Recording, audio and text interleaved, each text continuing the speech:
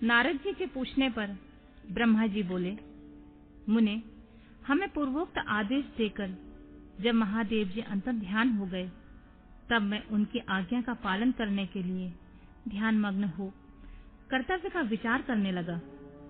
उस समय भगवान शंकर को नमस्कार करके श्री हरि से ज्ञान पाकर परमानंद को प्राप्त हो मैंने सृष्टि करने का निश्चय किया। तात भगवान विष्णु भी वहां सदा शिव को प्रणाम करके मुझे आवश्यक उपदेश देकर तत्काल आदृश्य हो गए। वे ब्रह्मांड से बाहर जाकर भगवान शिव की कृपा प्राप्त करके बैकुंठ धाम में जा पहुंचे और सदा वहीं रहने लगे। मैंने सृष्टि की इच्छा से भगवान शिव और विष्णु का स्मरण करके पहले के रचे हुए जल में अपनी अंजलि डालकर जल को ऊपर की ओर उछाला। इसमें वहां एक अंड प्रकट हुआ जो 24 तत्वों का समूह कहा जाता है। विप्रवर, वह विराट आकार वाला अंड जड़ रूप ही था। उसमें चेतनता न देखकर मुझे बड़ा संशय हुआ और मैं अत्यंत कठोर तप करने लगा। 12 वर्षों तक भगवान विष्णु के चिंतन में लगा रहा। 7 वह समय पूर्ण होने पर भगवान श्री हरि स्वयं प्रकट हुए और बड़े प्रेम से मेरे अंगों का स्पर्श करते हुए मुझसे प्रसन्नता पूर्वक बोले, ब्राह्मण, तुम वर मांगो, मैं प्रसन्न हूँ। मुझे तुम्हारे लिए कुछ अदेय नहीं है। भगवान शिव की कृपा से मैं सब कुछ देने में समर्थ हूँ। ब्रह्मा बोले, महाभाग, आपने जो मुझ पर कृपा की है वह सर्वथा उचित है, क्योंकि भगवान शंकर ने मुझे आपके हाथों में सौंप दिया है। विष्णु, आपको नमस्कार है। आज मैं आपसे जो मांगता हूँ उसे दीजिए। प्रभु, वह विराट रूप 24 तत्वों से बना हुआ अंड किसी तरह चेतन नहीं हो रहा है, जड़ीभूत दिखाई देता है। हरे, उस समय भगवान शिव की कृपा से आप यहाँ प्रकट हुए हैं, अतः शंकर के सृष्टि शक्ति या विभूति से प्राप्त हुए इस अंड में चेतनता लाइए। मेरे ऐसा कहने पर शिव की आज्ञा में तत्पर रहने वाले महाविष्णु ने अनंत रूप का आश्रय ले उस अंड में प्रवेश किया। उस समय उन परम पुरुष के सहस्त्रों मस्तक, सहस्त्रों नेत्र और सहस्त्रों पैर थे। उन्होंने भूमि को सब ओर से घेरकर उस अंड को व्याप्त कर लिया। मेरे द्वारा भली भांति स्तुति की जाने पर श्री विष्णु ने उस अंड में प्रवेश किया। तब वह 24 तत्वों का विकार रूप अंड सचेतन हो गया। पाताल से लेकर सत्यलोक तक की अवधि वाले उस अंड के रूप में वहां साक्षात श्री हरि विराजने लगे। उस विराट अंड में व्यापक होने से वे प्रभु बैराज पुरुष कहलाए। पज्यमुख महादेव ने केवल अपने रहने के लिए सुरभ में कैलाश नगर का निर्माण किया, जो सब लोगों से ऊपर सुशोभित होता है। देवर्षि, संपूर्ण ब्रह्मांड का नाश हो जाने पर वैकुंठ और कैलाश, इन दोनों धामों का कभी नाश नहीं होता है। मुनिश्रेष्ठ, मैं सत्यलोक का आश्रय लेकर रहता हूँ। तात, महादेव जी की आज्ञा से मुझ में सृष्टि रचने की इच्छा उत्पन्न हुई है। बेटा, जब मैं सृष्टि की इच्छा से चिंतन करने लगा, उस समय पहले मुझ में अनजान में ही पाप पूर्ण तमोगुणी सृष्टि का प्रादुर्भाव हुआ, जिसे अविद्या पज्जक अथवा पज्ज पर्वा अविद्या कहते हैं। तत्पश्चात प्रसन्नचित होकर शंभु की आज्ञा से मैं पुनः अनासक्त भाव से सृष्टि का चिंतन करने लगा। उस समय मेरे द्वारा स्थावर संज्ञा के वृक्ष आदि की सृष्टि हुई, जिसे मुख्य सर्ग कहते हैं। यह पहला सर्ग है। उसे देखकर तथा अपने लिए पुरुषार्थ का साधक नहीं है। यह जानकर सृष्टि की इच्छा रखने वाले मुझ ब्रह्मा से दूसरा सर्ग प्रकट हुआ, जो दुख से भरा हुआ है। उसका नाम है तिर्यक स्त्रोता। जो सर्ग भी पुरुषार्थ का साधक नहीं है, उसे भी पुरुषार्थ साधन की शक्ति से रहित जान जब मैं पुनः सृष्टि का चिंतन करने लगा, तब मुझसे शीघ्र ही तीसरे सात्विक सर्ग का प्रादुर्भाव हुआ, जिसे ऊर्ध्व स्त्रोता कहते हैं। यह वेद सर्ग के नाम से विख्यात हुआ। वेद सर्ग सत्यवादी तथा अत्यंत सुखदायक है। उसे भी पुरुषार्थ साधन की रुचि एवं अधिकार से रहित मानकर मैंने अन्य सर्ग के लिए अपने स्वामी श्री शिव का चिंतन आरंभ किया। तब भगवान शंकर की आज्ञा से एक रजोगुणी सृष्टि का प्रादुर्भाव हुआ, जिसे अवाक्य श्रोता कहते हैं। इस स्वर्ग के प्राणी मनुष्य हैं, जो पुरुषार्थ साधन के उच्च अधिकारी हैं। तदंतर महादेव जी की आज्ञा से भूत आदि की सृष्टि हुई। इस तरह मैंने 5 तरह के वैकृत सृष्टि का वर्णन किया है। इसके सिवा 3 प्राकृत स्वर्ग भी कहे गए हैं, जो मुझ ब्रह्मा के सानिध्य के प्रकृति से प्रकट हुए हैं। इनमें पहला महातत्व का स्वर्ग है, दूसरा सूक्ष्म भूतों अर्थात तन्मात्राओं का स्वर्ग है, और तीसरा वैकारिक स्वर्ग कहलाता है। इस तरह ये 3 प्राकृत स्वर्ग हैं। प्राकृत और वैकृत दोनों प्रकार के स्वर्गों को मिलाने से 8 स्वर्ग होते हैं। इनके सिवा नामक कौमार स्वर्ग है, जो प्राकृत और वैकृत भी है। इन सब के अवान्तर भेद का वर्णन नहीं कर सकता, क्योंकि उसका उपयोग बहुत थोड़ा होता है। अब मैं द्विजात्मक स्वर्ग का प्रतिपादन करता हूँ। इसी का दूसरा नाम कौमार स्वर्ग है, जिसमें सनक, स्नंदन और कुमार आदि के महत्वपूर्ण सृष्टि हुई है। सनक आदि मेरे 4 मानस पुत्र हैं, जो मुझ ब्रह्मा के समान ही हैं। वे महान वैराग्य से संपन्न और उत्तम व्रत का पालन करने वाले हैं। उनका मन सदा भगवान शिव के चिंतन में ही लगा रहता है। वे संसार से विमुख और ज्ञानी हैं। उन्होंने मेरे आदेश देने पर वे सृष्टि के कार्य में मन नहीं लगाया। मुनि श्रेष्ठ नारद सनकादि कुमारों को दिए हुए नकारात्मक उत्तर को सुनकर मैंने बड़ा भयंकर क्रोध प्रकट किया। उस समय मुझ पर मोह छा गया था। उस अवसर पर मैंने मन ही मन भगवान विष्णु का स्मरण किया। वे शीघ्र आ गए और उन्होंने मुझे समझाते हुए मुझसे कहा, तुम भगवान शिव की प्रसन्नता के लिए तपस्या करो मुनि श्रेष्ठ। श्री हरि ने जब मुझे ऐसी शिक्षा दी, तब मैं महाघोर एवं उत्कृष्ट तप करने लगा। सृष्टि के लिए तपस्या करते मेरी दोनों भौएं और नासिका के मध्य भाग में, जो उनका अपना ही अभिमुक्त स्थान था, महेश्वर की 3 मूर्तियों में अन्यतम पूर्वांश, सर्वेश्वर और दया सागर भगवान शिव का अर्धनारीश्वर रूप में प्रकट हुए, जो जन्म से रहित तेज की राशि सर्वज्ञ है। उन नील लोलित नामधारी साक्षात उमा बल्लभ शंकर के सामने देखकर बड़ी भक्ति से मस्तक झुकाकर उनकी स्तुति करके मैं बड़ा प्रसन्न हुआ। उन देव देवेश्वर से बोला, प्रभु आप भांति भांति के जीवों की सृष्टि कीजिए। मेरी यह बात सुनकर उन देवाधिदेव महेश्वर रुद्र ने अपने ही समान बहुत से रुद्र गणों की सृष्टि की।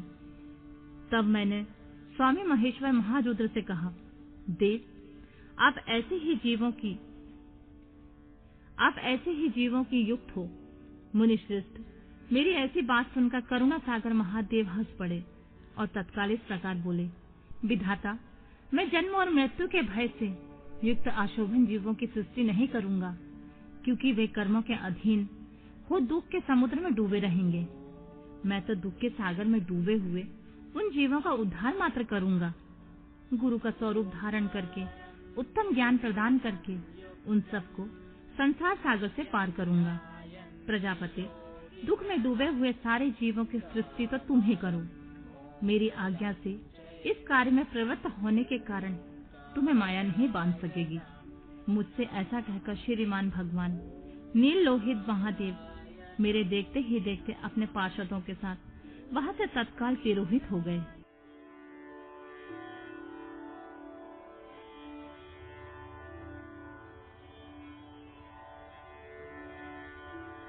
ब्रह्मा जी कहते हैं, नारद उसके बाद मैंने शब्द तंत्र मात्राएं आदि सूक्ष्म भूतों को स्वयं ही पंजीकृत करके, अर्थात उन 5 का परस्पर सम्मिश्रण करके उनमें स्थूल आकाश, वायु, अग्नि, जल और पृथ्वी की सृष्टि की। पर्वतों, समुद्रों और वृक्षों आदि को उत्पन्न किया। कला से लेकर युग पर्यंत जो काल विधान है उसकी रचना की। मुने उत्पत्ति और विनाश वाले और बहुत से पदार्थों का मैंने निर्माण किया, परंतु इसमें मुझे संतोष नहीं हुआ।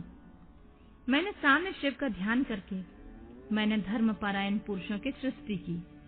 अपने दोनों नेत्रों से मरीचिकों को, हृदय को, मृग को, शिर से अंगिरा को, व्यान वायु से मुनिश्रेष्ठ पुलह को, उदान वायु से पुलस्त्य को, समान वायु से वशिष्ठ को, अपान से कृतु को दोनों कानों से, आत्री को प्राणों से, दक्ष को गोद से, तुम को छाया से, कर्मठ मोदी को तथा संकल्प से समस्त साधनों के साधन से धर्म को उत्पन्न किया।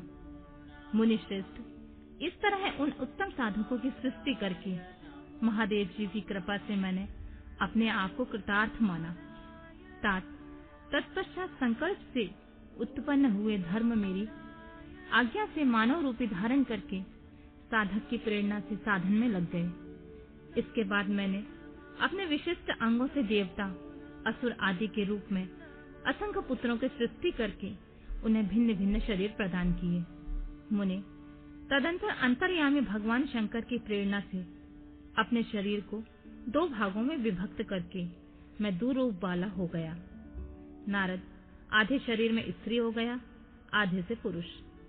उस पुरुष ने स्त्री के गर्भ से सर्व साधन समर्थ उत्तम जोड़ों को उत्पन्न किया। उस जोड़ों में जो पुरुष था वह स्वभावभू मनु के नाम से प्रसिद्ध हुआ। मनु उच्च कोटि के साधक हुए। जो स्त्री हुई वह शतरूपा कहलाई। वह योगिनी एवं तपस्विनी हुई। तात मनु ने वैवाहिक विधि से अत्यंत सुंदरी शतरूपा का पारिग्रहण किया और उससे वे मैथुन जाति सृष्टि उत्पन्न करने लगे। उन्होंने शतरूपा से प्रियवत तथा उत्तानपाद नामक 2 पुत्र और 3 कन्याएं उत्पन्न की। कन्याओं के नाम आकृति, देवहूति और प्रसूति। मनु ने आकृति का विवाह प्रजापति रुचि के साथ किया। मंजली पुत्री देवहूति कर्मत को ब्याह दी और उत्तानपाद की सबसे छोटी बहन प्रसूति प्रजापति दक्ष को दे दी। उनकी संतान परंपराओं में समस्त चराचर जगत व्याप्त है। रुचि से आकृति के गर्भ से यज्ञ और दक्षिणा नामक स्त्री पुरुष का जोड़ा उत्पन्न हुआ। यक्ष के दक्षिणा से 12 पुत्र हुए। मुने, कर्मठ द्वारा देवहूति के गर्भ से बहुत से पुत्रियां उत्पन्न हुई। दक्ष के प्रसूति से 24 कन्याएं हुई। उनमें से श्रद्धा आदि 13 कन्याओं के विवाह दक्ष ने धर्म के साथ कर दिए। मुनीश्वर, धर्म की उन पत्नियों के नाम सुनो। श्रद्धा, लक्ष्मी, धृति, तुष्टि, पुष्टि, मेघा, क्रिया, बुद्धि, लज्जा, वसु, शांति, सिद्धि और कीर्ति, ये सब 13 हैं। इनमें छोटी जो शेष 11 सुलोचनाएं कन्याएं थीं, उनके नाम इस प्रकार हैं: स्वाति, सती, संबुधि, स्मृति, प्रीति, क्षमा, संतति, अनसूया, ऊर्जा, स्वाहा और स्वधा, भृगु, शिव, मारीच, अंगिरा मुनि, पुलस्त्य, पुलह, मुनिश्रेष्ठ कृतु, अत्रि, वशिष्ठ, अग्नि और पितरों ने क्रमशः इन ख्याति आदि कन्याओं के साथ पारिग्रहण किया। भृगु आदि मुनिश्रेष्ठ साधक हैं। इन संतानों से चराचर प्राणियों सहित सारी त्रिलोकी भरी हुई है। इस प्रकार अंबिकापति महादेव की आज्ञा से अपने पूर्व कर्मों के अनुसार बहुत से प्राणी असंख्य श्रेष्ठ द्विजों के रूप में उत्पन्न हुए। कल्प भेद से दक्ष के 60 कन्याएं बताई गई हैं। उनमें से 10 कन्याओं का विवाह उन्होंने धर्म के साथ किया। 27 कन्याएं चंद्रमा को ब्याह दी और विधि पूर्वक 13 कन्याओं का हाथ दक्ष ने कश्यप के हाथ में दे दिए। नारद, उन्होंने 4 कन्याएं श्रेष्ठ रूप वाले अरिष्टनेमि को ब्याह दी तथा भृगु, अंगिरा और कुशाग्र को 2-2 कन्याएं अर्पित की।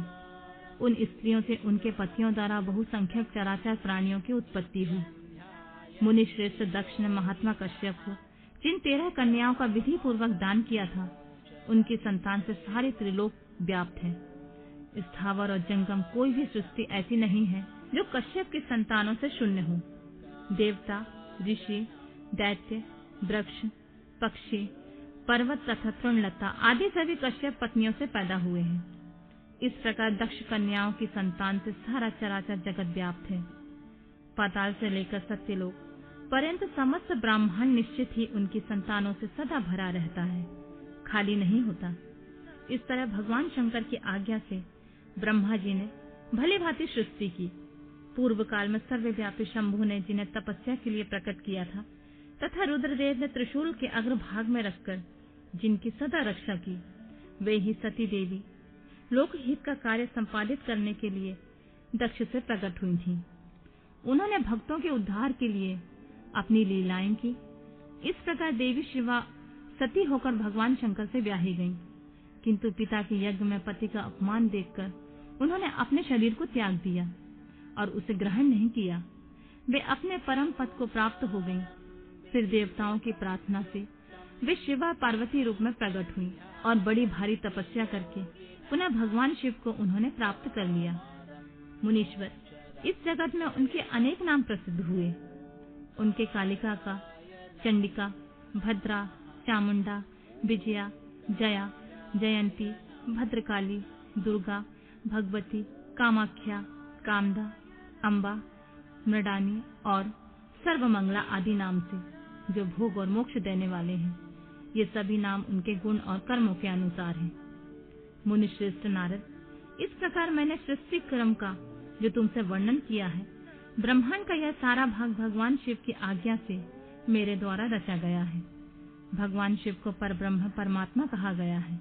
मैं विष्णु और रुद्र, ये तीनों देवता गुण भेद से उन्हीं के रूप बतलाए गए हैं। वे मनोरम शिवलोक में शिवा के साथ स्वच्छंद विहार करते हुए भगवान शिव स्वतंत्र परमात्मा है। निर्गुण और सगुण भी वे।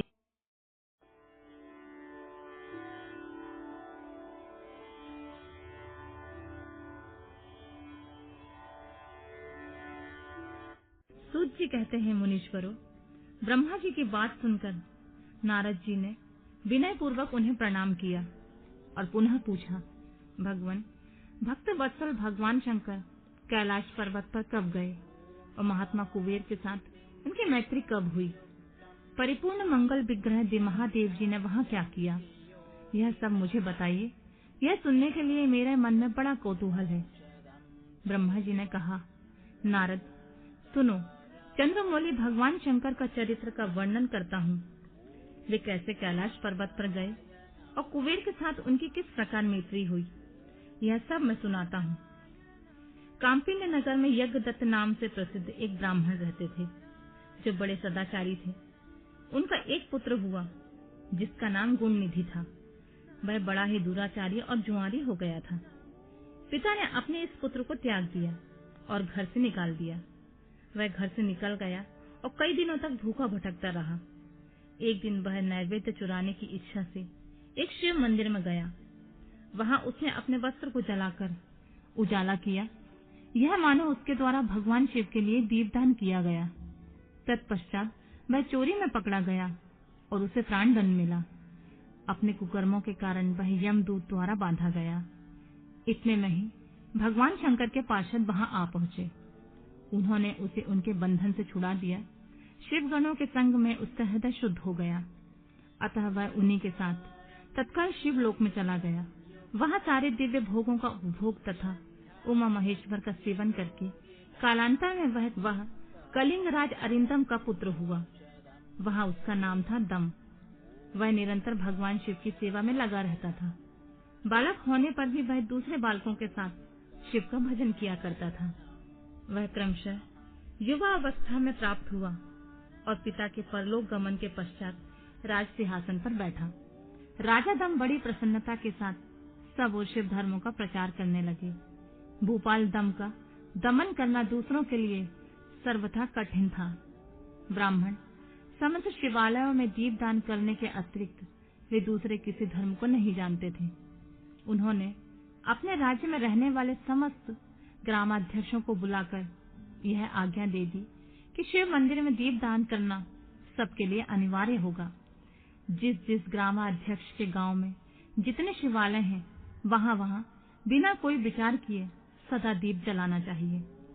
आजीवन इसी धर्म का पालन करने के कारण राजा दम ने बहुत बड़ी धर्म संपत्ति का संचय कर लिया। फिर वे काल धर्म के अधीन हो गए।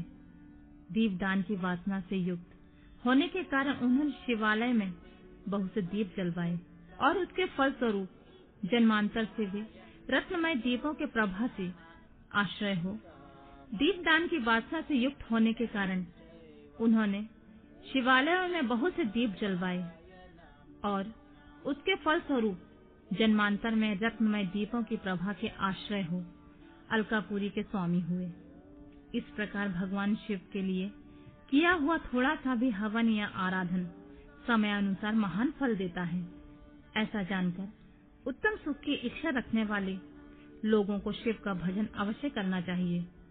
वह दीक्षित का पुत्र जो सदा सब प्रकार के अधर्मों से रचा पचा रहता था, देवयोग से शिवालय में धन चुराने के लिए गया और उसने स्वार्थवश अपने कपड़े को दीपक की बत्ती बनाकर उसके प्रकाश से शिवलिंग के ऊपर अंधेरा दूर कर दिया।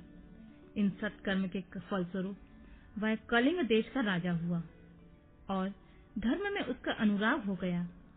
फिर दीप की वासना का उदय होने से शिवालय में दीप जलवाकर उसने यह दिक्पाल का पद पा लिया।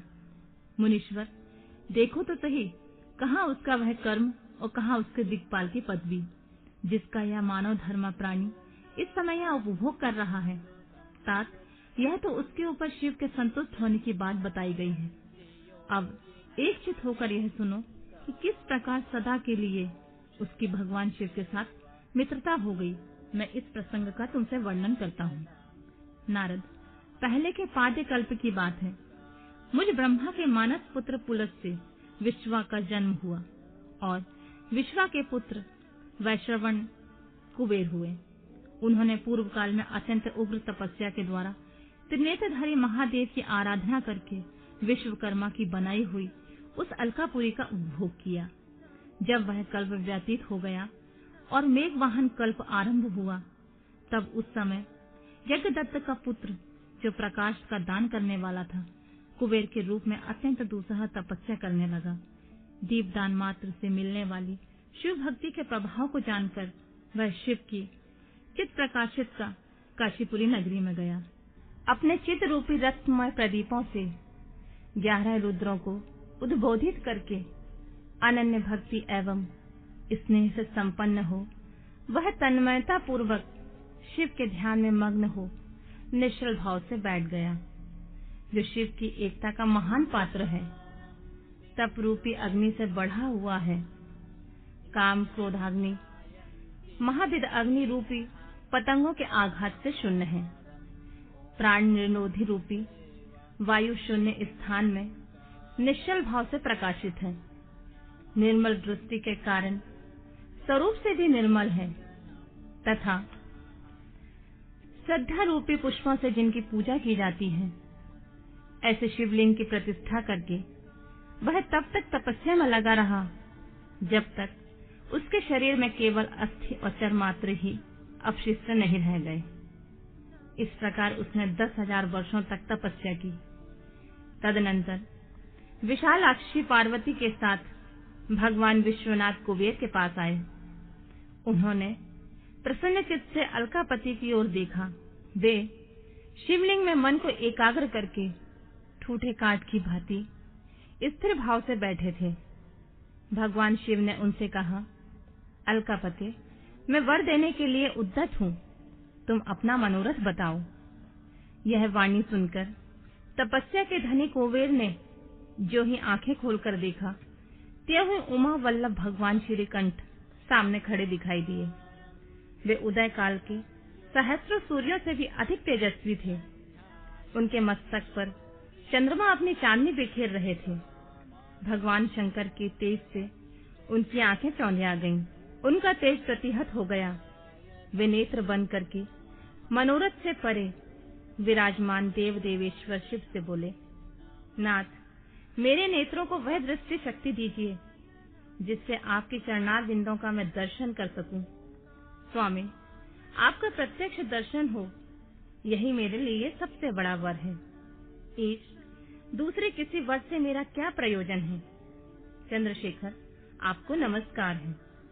कुबेर की यह बात सुनकर देवादिदेव उमापति ने अपनी हथेली से उनका स्पर्श करके उन्हें देखने की शक्ति प्रदान की। दृष्टि शक्ति मिल जाने पर यज्ञदत्त के उस पुत्र ने आंखें फाड़-फाड़ कर पहले उमा की ओर देखना आरंभ किया। वह मन ही मन सोचने लगा, भगवान शंकर के समीप वह सर्वांग सुंदरी कौन है?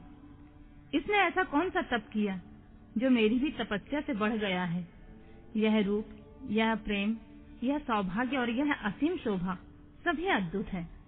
वह ब्राह्मण कुमार बार बार यही कहने लगा। जब बार बार यही कहता हुआ वह क्रूर दृष्टि से उनकी ओर देखने लगा, तब वामा के अवलोकन से उनकी बाएं आंख फूट गई। तदनंतर देवी पार्वती ने महादेव जी से कहा, प्रभु, यह दुष्ट तपस्वी बार बार मेरी ओर देखकर क्या बक रहा है? आप मेरी तपस्या के तेज को प्रकट कीजिए। देवी की यह बात सुनकर भगवान शिव ने हंसते हुए उनसे कहा, उमे, यह तुम्हारा पुत्र है। यह तुम्हें क्रूर दृष्टि से नहीं देख सकता, अपितु तुम्हारी तप संपत्ति का वर्णन कर रहा है। देवी से ऐसा कहकर भगवान शिव पुनः उस ब्राह्मण कुमार से बोले, वत्स, मैं तुम्हारी तपस्या से संतुष्ट होकर तुम्हें वर देता हूँ। तुम निधियों के स्वामी और गुहाओं के राजा हो जाओ। सुव्रत, यक्षों, किन्नरों और राजाओं के भी राजा होकर पुण्य जनों के पालक और सबके लिए धन के दाता बनो। मेरे साथ तुम्हारी सदा मैत्री बनी रहेगी और मैं नित्य तुम्हारे निकट निवास करूंगा। मित्र, तुम्हारी प्रीति बढ़ाने के लिए मैं अलका के पास ही रहूंगा। आओ, इन उमा देवी के चरणों में साष्टांग प्रणाम करो। महाभक्त यज्ञदत्त कुमार, तुम अत्यंत प्रसन्न चित्त से इनके चरणों में गिर जाओ। ब्रह्मा जी कहते हैं, नारद, इस प्रकार वर देकर भगवान शिव ने पार्वती देवी से फिर कहा, देवेश्वरी, इस पर कृपा करो। तपस्विनी, यह तुम्हारा पुत्र है। भगवान शंकर का यह कथन सुनकर जगदम्बा पार्वती ने प्रसन्नचित्त होकर यज्ञदत्त कुमार से कहा, वत्स, भगवान शिव में सदा तुम्हारी निर्मल भक्ति बनी रहे। तुम्हारी बाईं आंख तो फूट गई है, इसलिए एक ही पिंगल नेत्र से युक्त रहो। महादेव जी ने जो वर दिए हैं वे सब उसी रूप में सुलभ हों। बेटा, मेरे रूप के प्रति ईर्ष्या करने के कारण तुम कुबेर नाम से प्रसिद्ध हो जाओगे। और कुबेर का वर देकर भगवान देवेश्वर पार्वती के साथ अपने विश्वेश्वर धाम चले गए। इस तरह कुबेर ने भगवान शंकर की मैत्री प्राप्त की और अलकापुरी के पास जो कैलाश पर्वत है वह भगवान शंकर का निवास हो गया।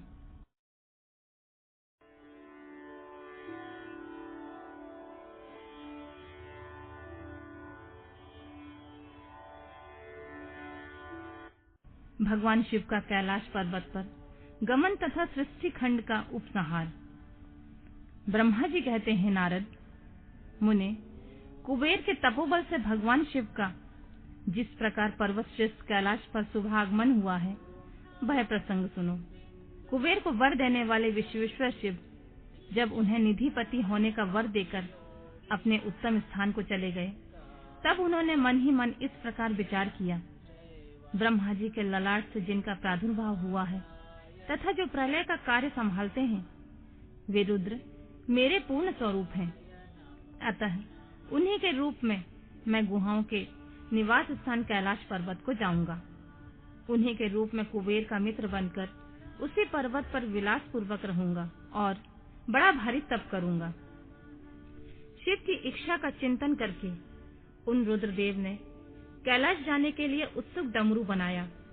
डमरू की वह ध्वनि जो उत्साह बढ़ाने वाली थी, तीनों लोकों में व्याप्त हो गई।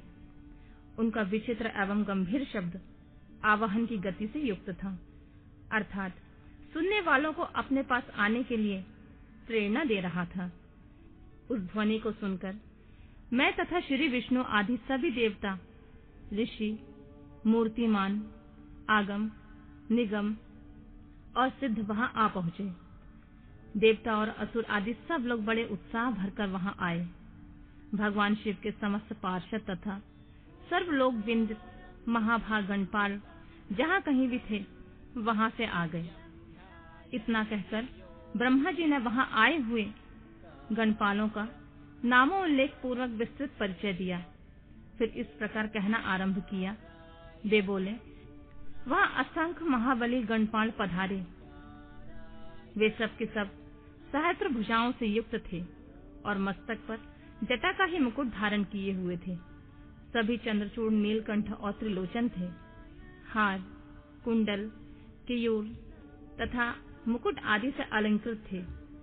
वे मेरे श्री विष्णु के तथा इंद्र के समान तेजस्वी जान पड़ते थे।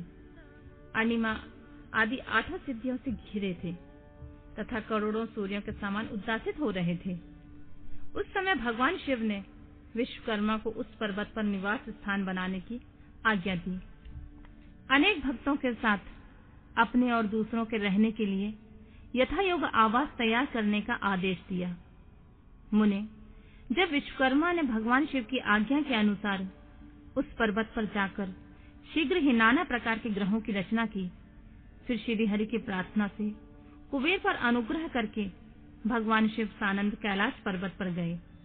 उत्तम मुहूर्त में अपने स्थान में प्रवेश करके भक्त वत्सल परमेश्वर शिव ने सबको प्रेम दान दे सनाथ किया।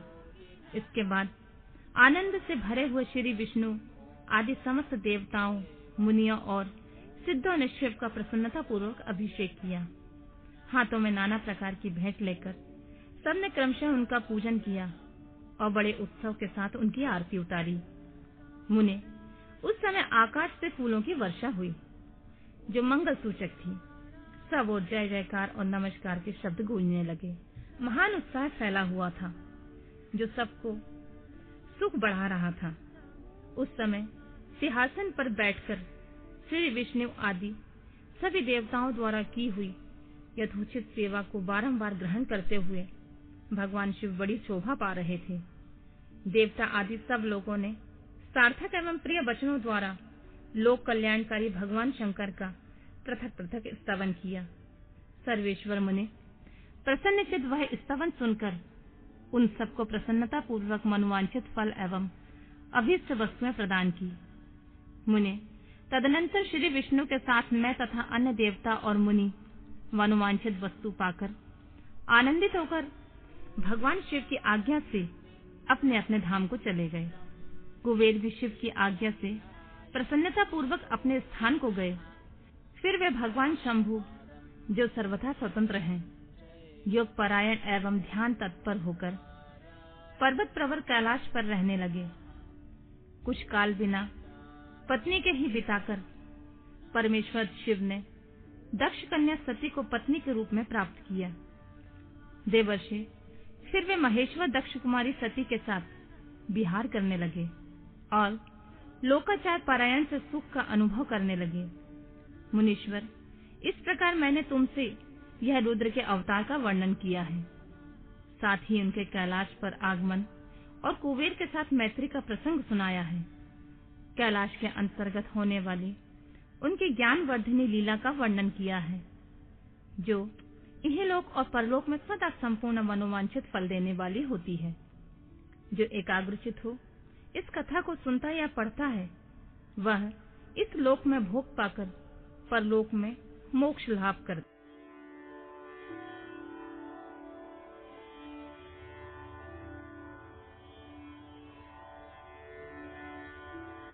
रुद्र संहिता द्वितीय खंड। नारद जी के प्रश्न और ब्रह्मा जी के द्वारा उनका उत्तर। सदाशिव से त्रिदेवों की उत्पत्ति तथा ब्रह्मा जी से देवता आदि की सृष्टि के पश्चात एक नारी और एक पुरुष का प्राकट्य। नारद जी बोले, महाभाग, महाप्रभु, विधाता, आपके मुखारविंद से मंगल कारिणी शंभु कथा सुनते सुनते मेरा जी नहीं भर रहा है। अतः भगवान शिव का सारा चरित्र मुझसे कहिए। संपूर्ण विश्व की सृष्टि करने वाले महादेव, मैं सती की कीर्ति से युक्त शिव का दिव्य चरित्र सुनना चाहता हूँ। शोभाशालिनी सती किस प्रकार दक्ष पत्नी के गर्भ से उत्पन्न हुई, महादेव जी से विवाह का विचार कैसे किया, पूर्व काल में दक्ष के प्रति रोष होने के कारण सती ने अपने शरीर को त्याग कैसे किया, चेतनावकाश प्राप्त होकर वे फिर हिमालय की कन्या कैसे हुई, पार्वती ने किस प्रकार उग्र तपस्या की और कैसे उनका विवाह हुआ, कामदेव का नाश करने वाले भगवान शंकर के आधे शरीर में वे किस प्रकार स्थान पा सकी। महामते, इन सब बातों को आप विस्तार पूर्वक कहिए। आपके समान कोई दूसरा संशय का निवारण करने वाला ना है न होगा। ब्रह्मा जी ने कहा, मुने, देव सती और भगवान शिव का शुभ यश परम पावन, दिव्य तथा गोपनीय से भी अत्यंत गोपनीय है। तुम सब मुझसे सुनो।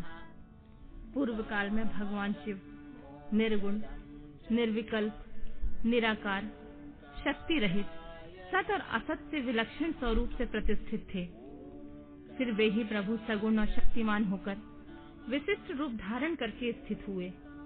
उनके साथ भगवती उमा विराजमान थीं। प्रियवर, वे भगवान शिव की दिव्य आकृति से सुशोभित हो रहे थे। उनके मन में कोई विकार नहीं था। वे अपने परातत्व स्वरूप में प्रतिष्ठित थे। उनके बाएं अंग से भगवान विष्णु, दाएं अंग से ब्रह्मा और मध्य अंग अर्थात हृदय से रुद्रदेव प्रकट हुए। मैं ब्रह्मा सृष्टि करता हुआ और भगवान विष्णु जगत का पालन करने लगे और स्वयं रुद्र ने संहार का कार्य संभाला। इस प्रकार भगवान सदाशिव स्वयं 3 रूप धारण करके स्थित हुए।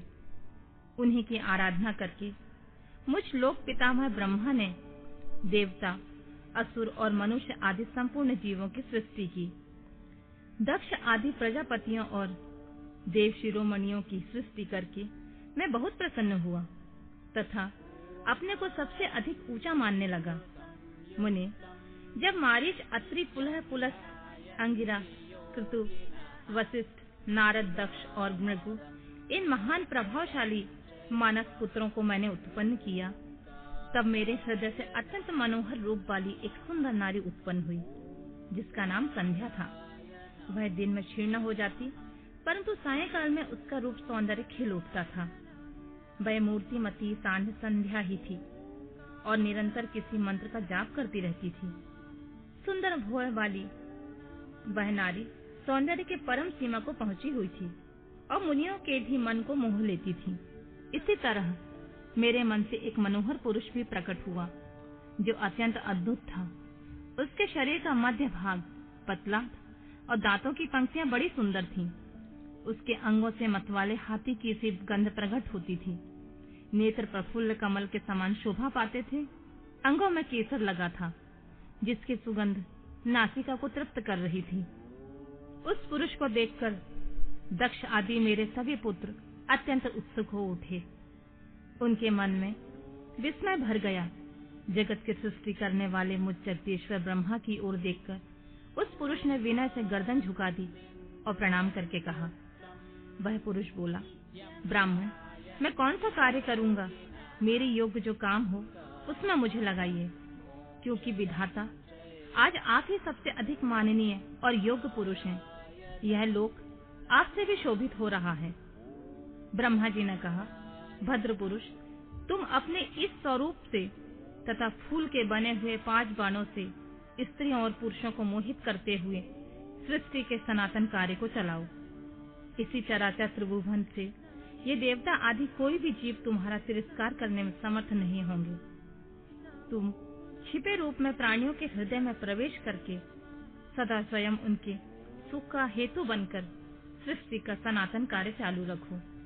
समस्त प्राणियों का जो मन, वह तुम्हारे पुण्यमय वाण का सदा अनायास ही अद्भुत लक्ष्य बन जाएगा। तुम निरंतर उन्हें मनमस्त किए रहोगे। यह मैंने तुम्हारा कर्म बताया है, जो सृष्टि का प्रवर्तक होगा। और तुम्हारे ठीक ठाक नाम क्या होंगे, इस बात को मेरे पुत्र बताएंगे। सुरश्रेष्ठ ऐसा कहकर अपने पुत्रों के मुख की ओर दृष्टिपात करके मैं क्षण भर के लिए अपने कमलमय आसन पर चुपचाप बैठ गया।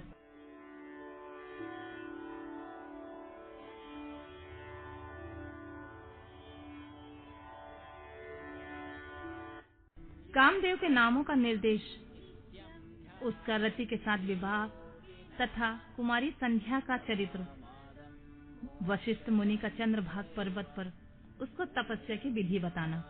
ब्रह्मा जी कहते हैं, मुनि, तदनंतर मेरे अभिप्राय को जानने वाले मारीच आदि मेरे पुत्र सभी मुनियों ने उस पुरुष का उचित नाम रखा।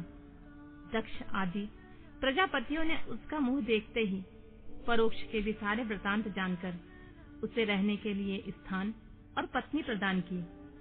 मेरे पुत्र मारीच आदि द्विजों ने उस पुरुष के नाम निश्चित करके उससे यह युक्ति युक्त बात कही। ऋषि बोले, तुम जन्म लेते ही हमारे मन को भी मथने लगे हो, इसीलिए लोक में मम्मत नाम से विख्यात होगे। मनोभव, तीनों लोकों में तुम इच्छा अनुसार रूप धारण करने वाले हो, तुम्हारे समान दूसरा कोई नहीं है। अतः काम रूप होने के कारण तुम काम के नाम से भी विख्यात होगे। लोगों को मदमस्त बना देने के कारण तुम्हारा एक नाम मदन होगा। तुम बड़े दर्प से उत्पन्न हो, इसलिए दर्पक कहलाओगे। और सदर्प होने के कारण जगत में कंदर्प नाम से तुम्हारी ख्याति होगी। समस्त देवताओं का सम्मिलित बाल पराक्रम भी तुम्हारे समान नहीं होगा, अतः सभी स्थानों पर तुम्हारा अधिकार होगा। तुम सर्वव्यापी होगे। जो आदि प्रजापति हैं, वे सब पुरुषों में श्रेष्ठ दक्ष तुम्हारी इच्छा के अनुरूप पत्नी स्वयं देंगे। वह तुम्हारी कामनी तुमसे अनुराग रखने वाली होगी। ब्रह्मा जी ने कहा, मुने, तदनंतर मैं वहां से आदर्श हो गया। इसके बाद दक्ष मेरी बात का स्मरण करके कंदर्प से बोले, कामदेव, मेरे शरीर से उत्पन्न हुई यह कन्या सुंदर रूप और उत्तम गुणों से सुशोभित है। तुम इसे अपनी पत्नी बनाने के लिए ग्रहण करो। यह गुणों की दृष्टि से सर्वथा तुम्हारे योग है। मां तेजस्वी मनोभव, यह सदा तुम्हारे साथ रहने वाली तथा तुम्हारी रुचि के अनुसार चलने वाली होगी। धर्मतः यह सदा तुम्हारे अधीन रहेगी। ऐसा कहकर दक्ष ने अपने शरीर के पसीने से प्रकट हुई उस कन्या का नाम रति रखकर उसे अपने आगे बैठाया और कंदर्प को संकल्प पूर्वक उसे सौंप दिया। नारद, दक्ष की यह पुत्री रति बड़ी रमणीय और मुनियों के मन को भी मोह लेने वाली थी। उसके साथ विवाह करके कामदेव को भी बड़ी प्रसन्नता हुई। अपनी रति नामक सुंदरी स्त्री को देखकर उसके हाव भाव आदि से अनुरंजित हो कामदेव मोहित हो गया। तात उस समय बड़ा भारी उत्सव होने लगा, जो सबके सुख को बढ़ाने वाला था। प्रजापति दक्ष इस बात को सोचकर बड़े प्रसन्न थे कि मेरी पुत्री इस विवाह से सुखी है। कामदेव को भी बड़ा सुख मिला, उसके सारे दुख दूर हो गए।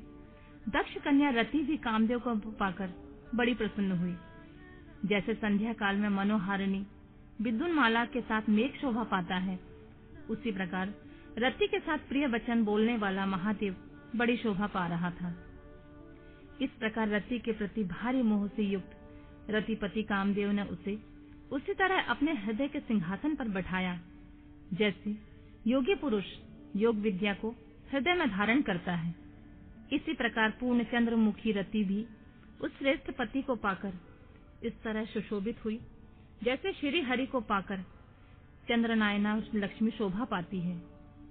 सूत जी कहते हैं, ब्रह्मा जी का यह कथन सुनकर मुनिश्रेष्ठ नारद मन ही मन बड़े प्रसन्न हुए और भगवान शंकर का स्मरण करके हर्ष पूर्वक बोले, महाभाग, विष्णु शिष्य, महामते, विधाता, आपने चंद्रमौली शिव की अद्भुत लीला कही है। अब मैं यह जानना चाहता हूँ कि विवाह के पश्चात जब कामदेव प्रसन्नता पूर्वक अपने स्थान को चला गया, दक्ष भी अपने घर को पधारे तथा आप और आपके मानस पुत्र भी अपने अपने धाम को चले गए, तब पितरों को उत्पन्न करने वाली ब्रह्म कुमारी संध्या कहाँ गई? उसने क्या किया? किस पुरुष के साथ उसका विवाह हुआ? संध्या का यह सब चरित्र विशेष रूप से बताइए। ब्रह्मा जी ने कहा, मुने, संध्या का यह शुभ चरित्र सुनो, जिसे सुनकर समस्त कामनियां सदा के लिए सती साध्वी हो सकती हैं। वह संध्या जो पहले मेरी मानस पुत्री थी, तपस्या करके शरीर को त्याग कर मुनि श्रेष्ठ मेघातिथि की बुद्धिमती पुत्री होकर उत्तम व्रत का पालन करके उस देवी ने ब्रह्मा, विष्णु और महेश्वर के कहने से श्रेष्ठ व्रतधारी महात्मा वशिष्ठ को अपना पति चुना। वह सौम्य स्वरूप देने वाली देवी तथा सबकी वंदनीय और पूजनीय श्रेष्ठ पतिव्रता के रूप में विख्यात हुई। नारद जी ने पूछा, भगवान, संध्या ने कैसे, किस लिए और कहाँ तप किया? किस प्रकार शरीर त्याग कर वह मेघातिथि की पुत्री हुई?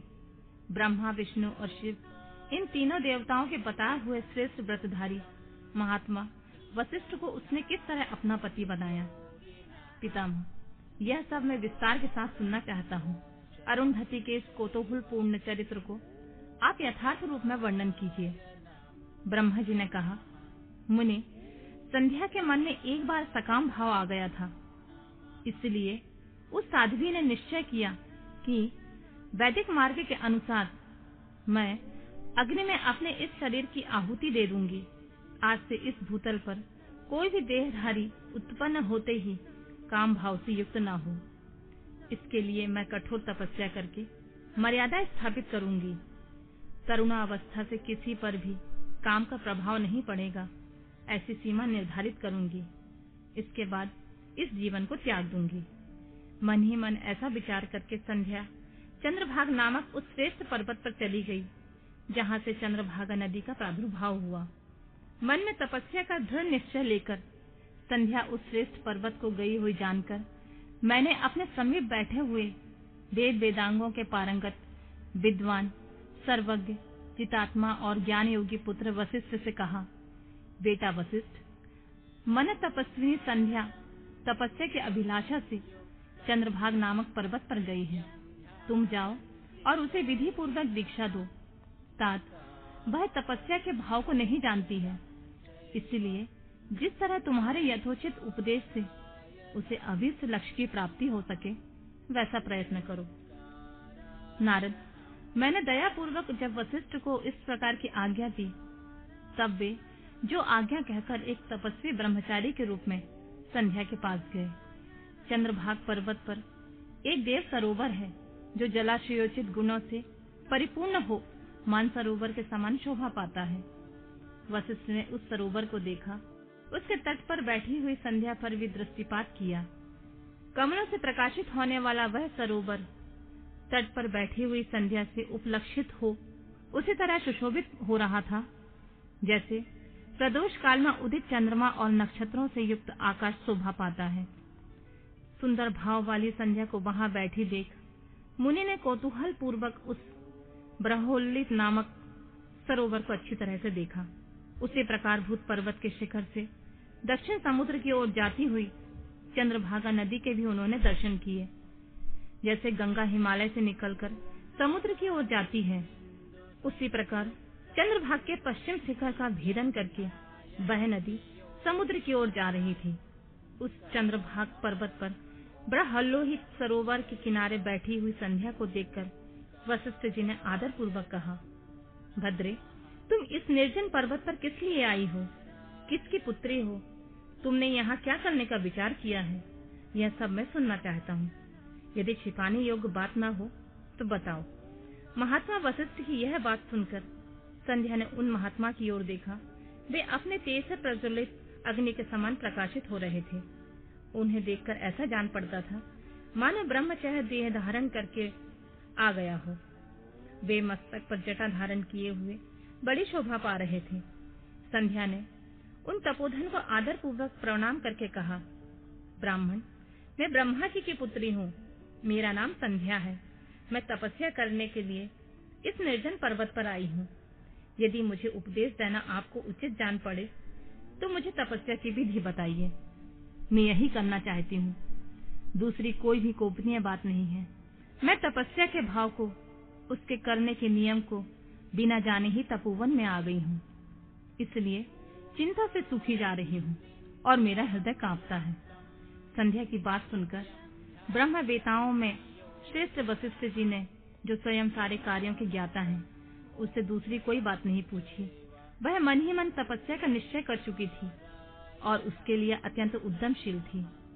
उस समय वशिष्ठ ने मन में भक्त वत्सल भगवान शिव का स्मरण करके उसे इस प्रकार कहा, बोले, शुभानने, जो सबसे महान और उत्कृष्ट तेज है, जो उत्तम और महान तप है तथा जो सबके परम आराध्य परमात्मा है, उन भगवान शंभु को तुम हृदय में धारण करो, जो अकेले ही धर्म, अर्थ, काम और मोक्ष आदि के आदिकारक हैं और त्रिलोकी के आदि दृष्टा अद्वितीय पुरुषोत्तम शिव का भजन करो। आगे बताए जाने वाले मंत्र से देवेश्वर शंभु की आराधना करो। उससे तुम्हें सब कुछ मिल जाएगा, इसमें कोई संशय नहीं है। ओम नमः शंकराय ओम। इस मंत्र का निरंतर जाप करते हुए मौन तपस्या आरंभ करो। जो मैं नियम बताता हूँ उसे सुनो। तुम्हें मौन रहकर ही स्नान करना होगा। मौनालंबक पूर्वक के ही महादेव की पूजा करनी होगी। प्रथम 2 बार छठे समय तुम केवल जल का पूर्ण आहार कर सकती हो। जब तीसरी बार छठा समय आए तो केवल उपवास किया करो। इस तरह तपस्या के समाप्ति तक छठे काल में जल आहार और उपवास क्रिया होती रहेगी। देवी, इस प्रकार की जाने वाली मौन तपस्या ब्रह्मचर्य का फल देने वाली तथा संपूर्ण अभीष्ट मनोरथों को पूर्ण करने वाली होती है। यह सत्य है, सत्य है, इसमें कोई संशय नहीं है। अपने चित्त में ऐसा शुभ उद्देश्य लेकर इच्छा अनुसार शंकर जी का चिंतन करो। वे प्रसन्न होने पर तुम्हें अवश्य अभीष्ट फल प्रदान करेंगे। इस तरह संध्या को तपस्या करने की विधि का उपदेश देकर मुनिवर वशिष्ठ यथोचित रूप से उससे विदा ले वहीं से अंतर्ध्यान हो गए।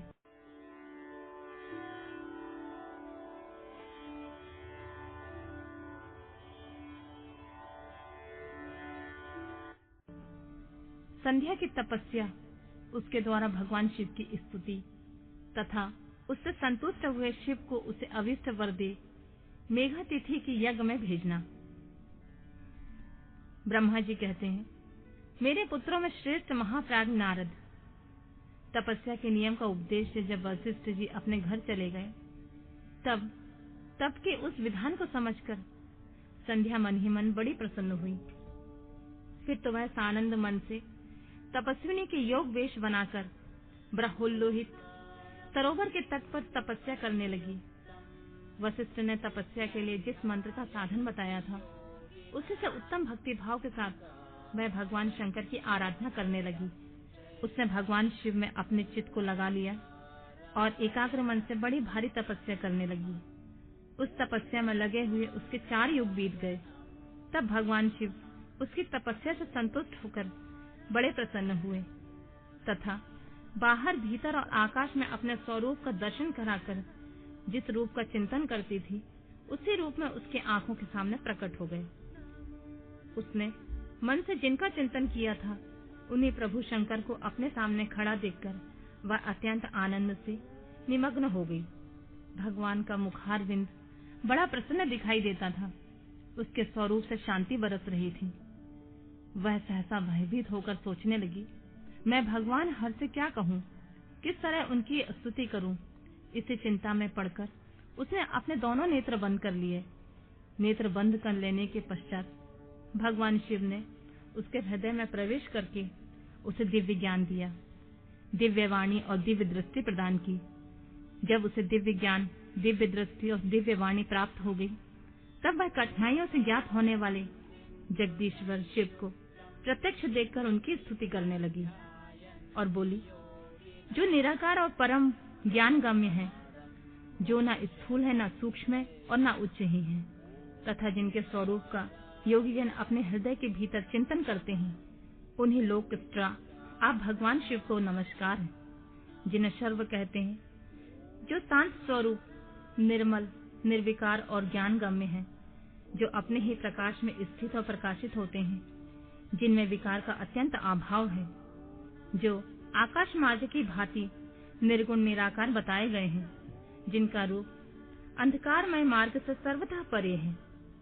और नित्य प्रसन्न आप भगवान शिव को मैं प्रणाम करती हूँ, जिनका एक रूप शुद्ध बिना माया के प्रकाशमान, सच्चिदानंदमय, सहज निर्विकार, नित्यानंदमय, सत्य, ऐश्वर्य से युक्त, प्रसन्न तथा लक्ष्मी जी को देने वाला है। उन आप भगवान शिव को नमस्कार है, जिनके स्वरूप की ज्ञान रूप से ही उपभावना की जाती है, जो इस जगत में सर्वथा भिन्न है एवं सच प्रधान, ध्यान के योग, आत्म स्वरूप सारभूत, सबको पार लगाने वाला तथा पवित्र वस्तुओं में भी परम पवित्र है। उन आप महेश्वर को मेरा नमस्कार, जो आपका स्वरूप शुद्ध, मनोहर, रत्नमय, आभूषणों से विभूषित तथा स्वच्छ कपूर के समान गौर्ण वर्ण है, जिसने अपने हाथों में वर, अभय, शूल तथा मुंड धारण कर रखा है। उस दिव्य चिन्मय सगुण आकार विग्रह से सुशोभित आप योगा युक्त भगवान शिव को नमस्कार है। आकाश, पृथ्वी, दिशाएं, जल, तेज तथा काल, ये जिनके रूप हैं, उन आप परमेश्वर को नमस्कार, प्रधान और पुरुष जिनके शरीर से प्रकट हुए हैं, अर्थात वे दोनों जिनके शरीर हैं, इसलिए जिनका यथार्थ रूप अव्यक्त है, उन भगवान शंकर को बारंबार नमस्कार, जो ब्रह्मा होकर जगत की सृष्टि करते हैं, जो विष्णु होकर संसार का पालन करते हैं, तथा जो रुद्र होकर अंत में सृष्टि का संहार करते हैं। उन्हें आप भगवान सदाशिव को बारंबार नमस्कार, जो कारण के भी कारण है, दिव्य अमृत रूप ज्ञान तथा अनिमा एवं ऐश्वर्य प्रदान करने वाले हैं, उन समस्त लोकांतरों को वैभव देने वाले हैं, स्वयं प्रकाश रूप हैं और प्रकृति से परे हैं। उन परमेश्वर शिव को नमस्कार नमस्कार। यह जगत जिनसे भिन्न नहीं कहा जाता, जिनके चरणों से पृथ्वी तथा अन्य अंगों से संपूर्ण दिशाएं, सूर्य, चंद्रमा, कामदेव एवं अन्य देवता प्रकट हुए हैं और जिनकी नाभि से अंतरिक्ष का आविर्भाव हुआ है, उन्हें आप भगवान शंभु का मेरा नमस्कार है। प्रभु, आप ही सबके उत्कृष्ट परमात्मा हैं, आप ही नाना प्रकार की विद्याएं हैं, आप ही हर और आप ही सद्ब्रह्म पर ब्रह्मा है। आप सदा से विचार में तत्पर रहते हैं, जिनका न आदि है, न मध्य है और न अंत है, जिनसे सारा जगत उत्पन्न हुआ है तथा जो मन तथा वाणी का विषय नहीं है। उन महादेव जी की स्तुति मैं कैसे कर सकूंगी। ब्रह्मा आदि देवता और तपस्या के धनी मुनि भी जिनके रूपों का वर्णन नहीं कर सकते, उन्हें परमेश्वर का वर्णन अथवा स्तवन में कैसे कर सकूंगी। प्रभु, आप निर्गुण हैं, मैं मूढ़ स्त्री आपके गुणों को कैसे जान सकती हूँ। आपका रूप तो ऐसा है जिसे इंद्र सहित संपूर्ण देवता और असुर भी नहीं जानते हैं। महेश्वर, आपको नमस्कार है। तपोमय, आपको प्रणाम है। देवेश्वर शंभु, मुझ पर प्रसन्न होइए, आपको मेरा बारंबार प्रणाम है। ब्रह्मा जी कहते हैं, नारद, संध्या का यह स्तुतिपूर्ण वचन सुनकर उनके द्वारा भली भांति प्रशंसित हुए भक्त वत्सल भगवान परमेश्वर शंकर बहुत प्रसन्न हुए। उनका शरीर वकल एवं मृग चर्म से ढका हुआ था, मस्तक पर पवित्र जटाजूट शोभा पा रहे थे। उसी समय पाले के मारे हुए कमल के समान उनके कुम्हलाए हुए मुख को देखकर भगवान हर दया से द्रवित हो उनसे इस प्रकार बोले, भद्रे, मैं तुम्हारी इस उत्तम तपस्या से बहुत प्रसन्न हूँ। शुद्ध बुद्धि वाली देवी, तुम्हारे इस स्तवन से मुझे बड़ा संतोष प्राप्त हुआ है। अतः इस समय तुम अपनी इच्छा के अनुसार कोई वर मांगो, जिस वर से तुम्हें प्रयोजन हो तथा तुम्हारे मन में हो, मैं उसे अवश्य पूर्ण करूंगा। तुम्हारा कल्याण हो, मैं तुम्हारे व्रत नियम से बहुत प्रसन्न हूँ। प्रसन्नचित महेश्वर का यह वचन सुनकर अत्यंत हर्ष से भरी हुई संध्या उन्हें बारंबार प्रणाम करके बोली, महेश्वर, यदि आप मुझे प्रसन्नता पूर्वक वर देना चाहते हैं तो मैं आपके वर के पाने की योग्य हूँ। यदि पाप से शुद्ध हो गई हूँ तथा देव इस प्रकार इसी समय मेरी तपस्या से प्रसन्न है, तो मेरा मांगा हुआ यह पहला वर सफल करो। देवेश्वर, इस आकाश में पृथ्वी आदि किसी भी स्थान में जो प्राणी हैं, वे सब के सब जन्म लेते ही काम भाव से युक्त ना हो जाएं। नाथ, मेरी सकाम दृष्टि कहीं ना पड़े। जो मेरे पति हों, वे भी मेरे अत्यंत सुहृदय हों। पति के अतिरिक्त जो भी पुरुष मुझे सकाम भाव से देखे, उसके पुरुषत्व का नाश हो जाए, वह तत्काल नपुंसक हो जाए। निष्पाप संध्या का यह वचन सुनकर प्रसन्न हुए भक्त वत्सल भगवान शंकर ने कहा, देवी संध्या सुनो। भद्रे, तुमने जो जो वर मांगा है वह तुम्हारी सब तपस्या से संतुष्ट होकर मैंने दिया है। प्राणियों के जीवन में मुख्यतः 4 अवस्थाएं होती हैं। पहली शैशवावस्था, दूसरी कौमारावस्था, तीसरी यौवनावस्था और चौथी वृद्धावस्था। तीसरी अवस्था प्राप्त होने पर देहधारी जीव काम भाव से युक्त होंगे। कहीं कहीं दूसरी अवस्था के अंतिम भाग में ही प्राणी सकाम हो जाएंगे।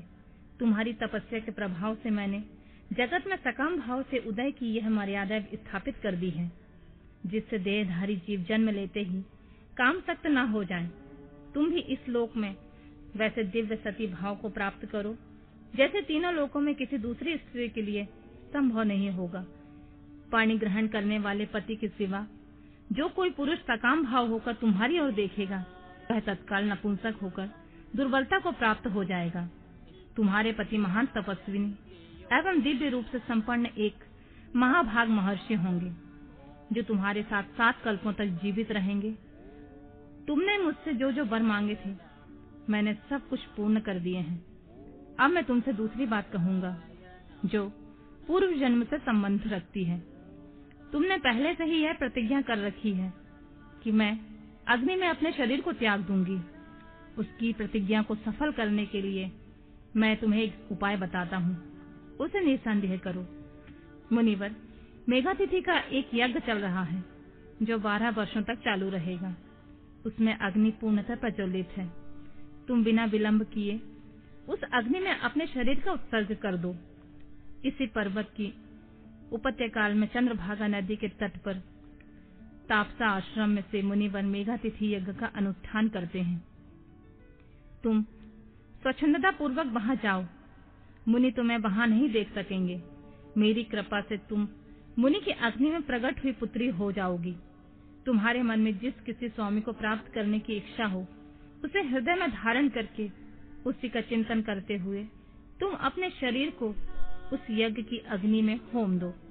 संध्या, जब तुम इस पर्वत पर 4 युगों तक के लिए कठोर तपस्या कर रही थी, उन्हीं दिनों इस चतुर्युगी के सतयुग बीत जाने पर त्रेता के प्रथम भाग में प्रजापति दक्ष की बहुत सी कन्याएं हुई। उन्होंने अपनी इन सुशीला कन्याओं का यथायोग वरों के साथ विवाह कर दिया। उसमें से 27 कन्याओं का विवाह उन्होंने चंद्रमा के साथ किया। चंद्रमा अन्य सब पत्नियों को छोड़कर केवल रोहिणी से प्रेम करने लगी। इसी कारण क्रोध से भरे हुए दक्ष ने जब चंद्रमा को शाप दे दिया, समस्त देवता तुम्हारे पास आए, परंतु संध्या, तुम्हारा मन तो मुझ में लगा हुआ था। अतः तुमने ब्रह्मा जी के साथ आए हुए उन देवताओं पर दृष्टिपात नहीं किया। तब ब्रह्मा जी ने आकाश की ओर देखकर और पुनः चंद्रमा को स्वरूप प्राप्त करें, यह उद्देश्य मन में रखकर उन्हें शाप से छुड़ाने के लिए एक नदी की सृष्टि की, जो चंद्रभागा नदी के नाम से विख्यात हुई। चंद्रभागा के प्रादुर्भाव काल में ही महर्षि मेघातिथि यहाँ उपस्थित हुए थे। तपस्या के द्वारा उनकी समानता करने वाला कोई दूसरा नहीं हुआ, ना है ना होगा। उन महर्षि ने महान विधि विधान के साथ दीर्घ काल तक चलने वाले नामक यज्ञ का आरंभ किया। उसमें अग्निदेव पूर्ण रूप से प्रज्वलित हो रहे थे। उसी आग में तुम अपने शरीर को डाल दो और परम पवित्र हो जाओ। ऐसा करने से उस समय तुम्हारी वह प्रतिज्ञा पूर्ण हो जाएगी। इसी प्रकार संध्या को उसके हित का उपदेश देकर देवेश्वर